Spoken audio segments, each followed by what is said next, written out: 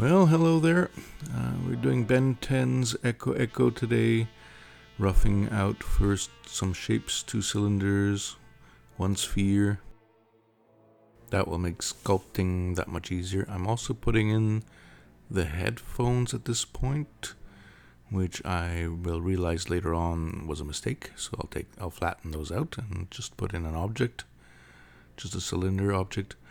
The whole video is running at about 7 times its normal speed. Because who wants to watch somebody sculpt in real time? That can be quite boring. Maybe several hours.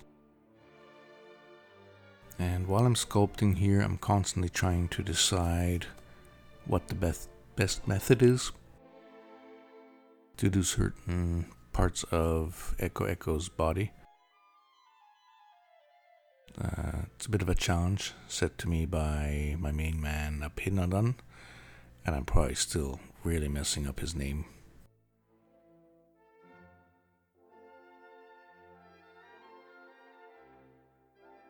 Trying to get the general shape of the head.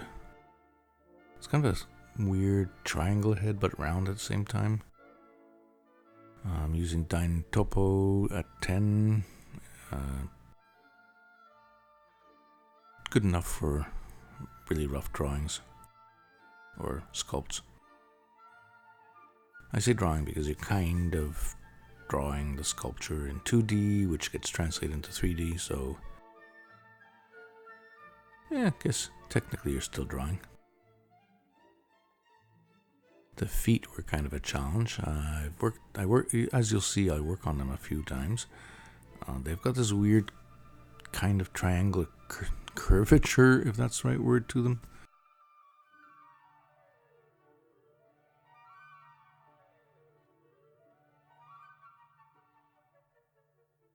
And at the beginning I didn't have a reference for the back, so I was guessing that he's got a kind of like a backpack.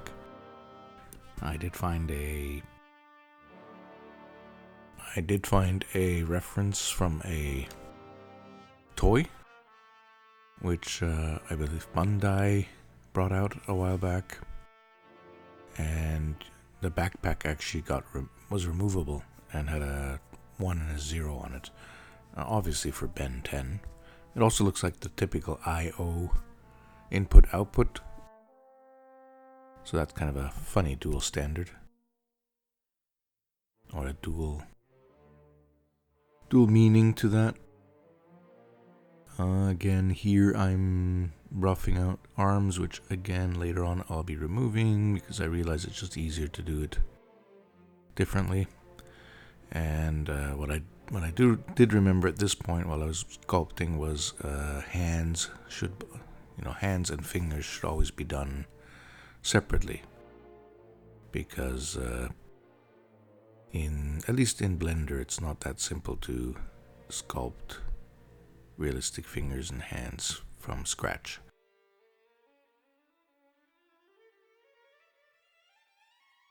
Again, messing around with the feet.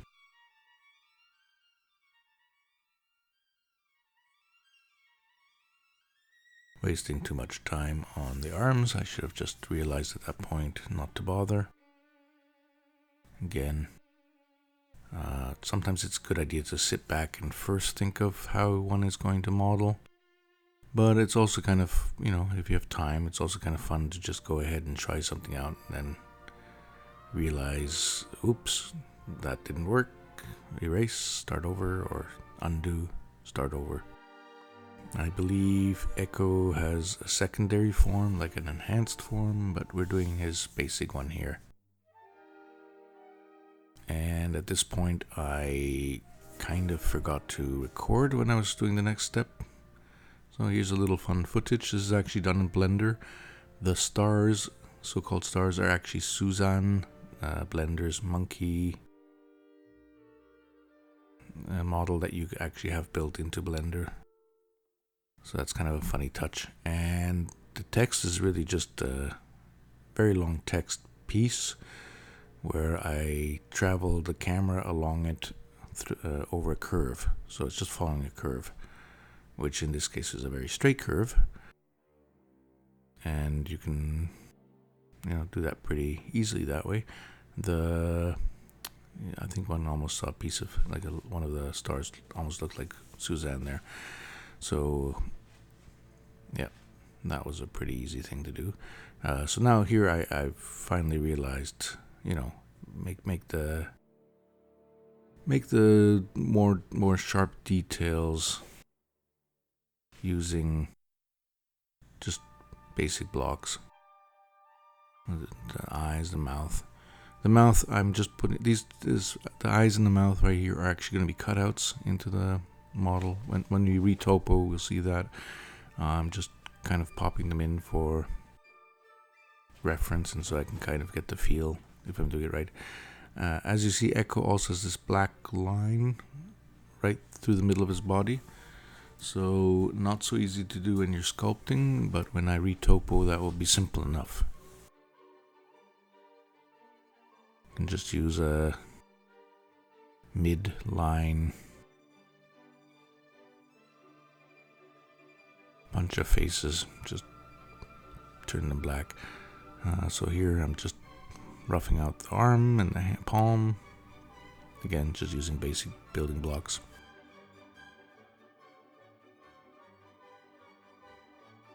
And I'm not going to attach them to the body, the main body yet. I'll actually be sculpting them in place like that as separate objects. Popping in some fingers just for reference. And the thumb I'm going to put on the wrong side because I'm adult, and I just realized that and corrected it.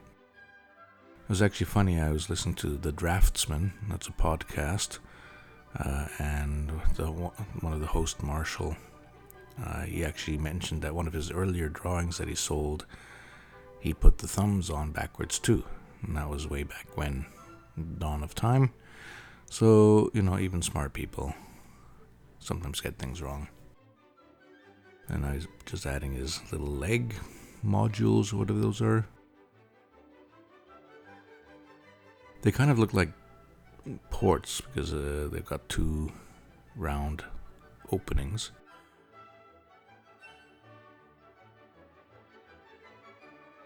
And actually I found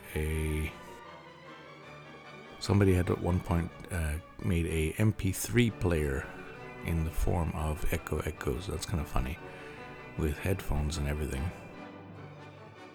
Probably was like a 64 megabyte MP3 player or something silly like that.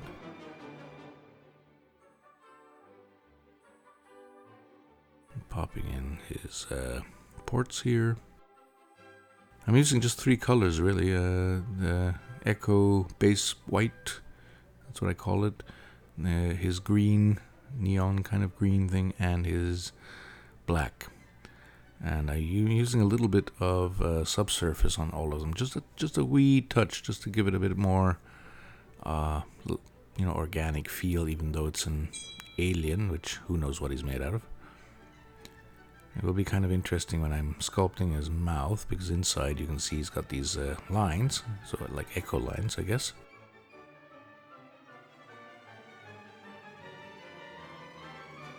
Just roughing out his eyes. Again, these will be probably cutouts, I'm gonna guess.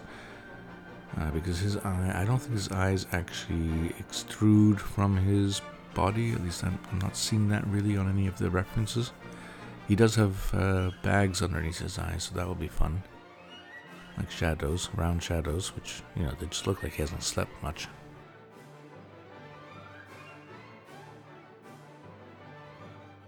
Kind of just roughing out his mouth just for now. Just so that we can look at it.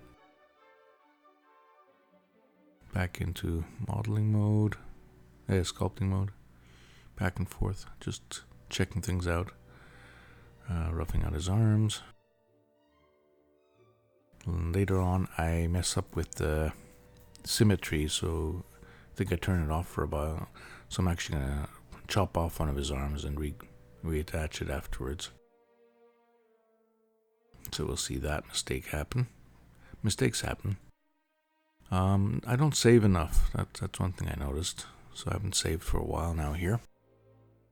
The nice thing with Blender is if you save in, at kind of important points in your process, then you can actually go and find the blend 1, 2, 3, 4, 5, 6 files. I think I've got them set to about 20.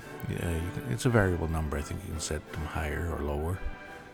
Uses a bit more disk space if you actually include textures into your like image textures, high resolution image textures into your blend file. Then it will actually use more space on your hard disk, because each of the copies will include all the textures. But if you're doing something where you really care about not losing your data, then it's a good idea to look into the different options that Blender offers for kind of keeping you safe. The autosave doesn't seem to, at least not in this version, or this is the final version, but maybe I've got something set up wrong, but the autosave doesn't seem to help me much.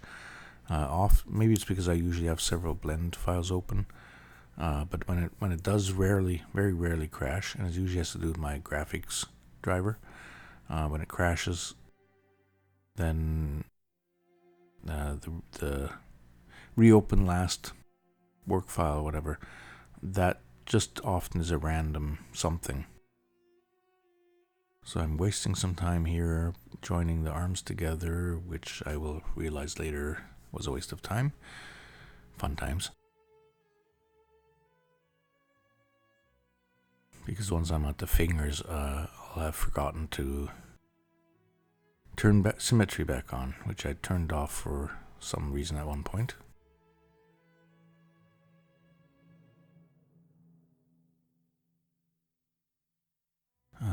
You should always try to do, when you're doing characters, you should always do T-poses, or, like this, kind of a natural T-pose. There's an unnatural T-pose where it's really like a T, and the arms are straight out, left and right.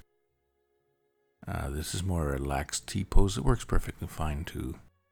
I'll be ending up, just for fun, I'll be throwing this into Mixamo, Adobe's Mixamo animation, just to see if I can make him dance. He's got a bit long arms, so that would be kind of fun to see.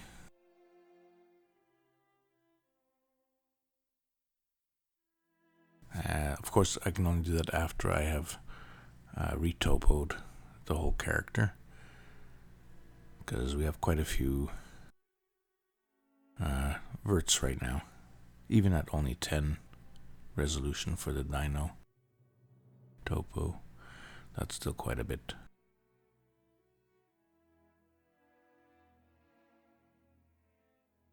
Just chugging along here, and at this point I've merged the arms into the main body. So I'm just trying to get that effect where his upper arms are skinny winny, noodle like, and he's almost got, actually it just reminds me a bit of Popeye, which Popeye has these really skinny upper arms, but then he's got these huge muscular lower arms. Kind of a similar style. Working on his thumb already here. He has a kind of an angular, the fingers are kind of squarish, angular. I'm not quite getting that effect here, but close enough, I think.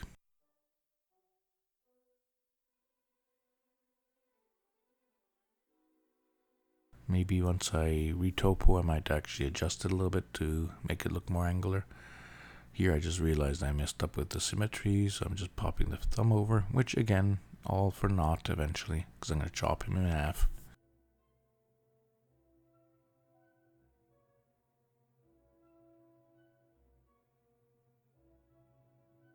Nice thing of having the more mechanical parts of the figure separate is one could actually move them. I think I saw a version where Echo's chest plate was actually in his on his head for some reason. I'm not sure if that was a fan art or if it was just a previous concept art of the character, but having the mechanical parts separate gives you a little bit more flexibility on what you want to do.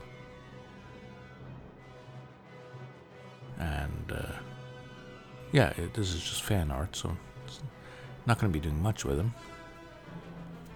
But, you know, if you're doing something, your own custom character, then it's a good idea to have mechanical parts separate from the main body. Same with clothes, you want those separate usually. Because then you can switch out clothes of the character, obviously. Working on the finger, and I'm going to realize in a bit that why bother sculpting 3 fingers when I can just copy paste. Or duplicate in this case. I'm just trying to get the right... oh, by the way, I'm using the normal final Blender version, so not the Sculpt Blender version. I'm not using 8.1 yet. I did download it, but for some reason I haven't started using it. Here I'm copy pasting the fingers and just trying to adjust them to kind of look natural. Well, natural as this animated character can look. Also, for some reason I forgot to attach my tablet, so I was been sculpting with my mouse again. Well, trackball, not mouse. Probably would have been more comfortable with the tablet.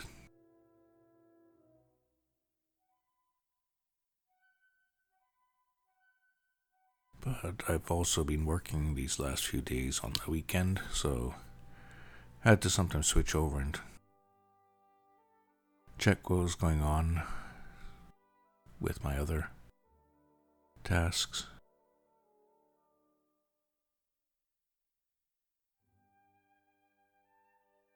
Just trying to get the angles right.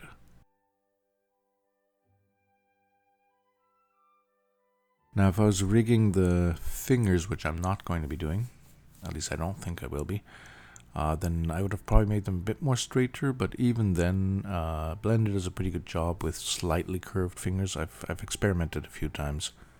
Actually works pretty good when you do the automatic vertex group on bones. But yeah, obviously the straighter you get them, the easier it is to rig, because now I'd have to bend my finger rig set to match the curvature of the fingers, which is a little bit more hassle.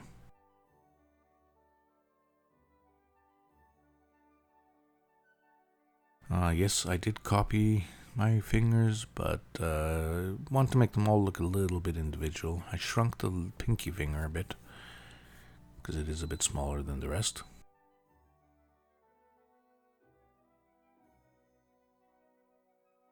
If you're hearing the beeping in the background, that's just probably a bomb which is about to blow. Or my air dehumidifier. Could be one or the other. It's been raining a lot here. I had some issues with water and gutters and leaves not wanting to flush out of the gutters. Kind of gets wet. 4 months no water, and then suddenly it all comes at the same time. There goes the choo-choo train. It's not really a train, just a email on the phone. Just arranging the fingers. And I think about now I'll probably realize I'm doing kind of a Sisyphus work by copying the fingers over. Good planning would, reduce wasted work time. Did some renaming, reorganizing of the collection over there. I kind of like the collections. A lot of people complain about it, but personally I kind of like it.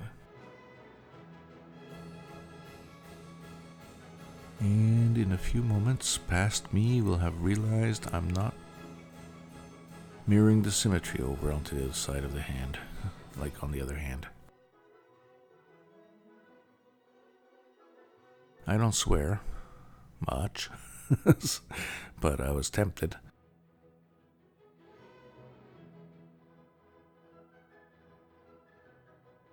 It's got like round hands, but they're square at the same time.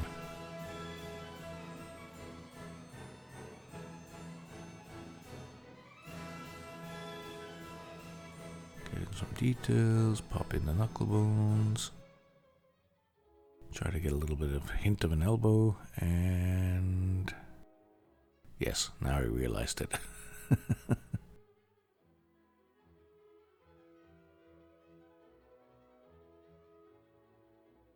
So let's see what I thought. Okay, I'm making a cube. I'm halving the cube. I'm making a face of the cube. I'm using Boolean. I'm cutting my poor Echo in half. And then I'm going to mirror him. Now what I forgot to do before I mirrored was to remove the middle area. So inside Echo there was actually a division. Not really so important for this because in the end I'm retopoing him. Using curves, Bezier curves to do the gables. Kind of a quick, easy, cheat way to do things. Just popping up the depth. And I guess after I retopo, I'm probably going to anchor those cables into those headphones and into the backpack. And that's it for now.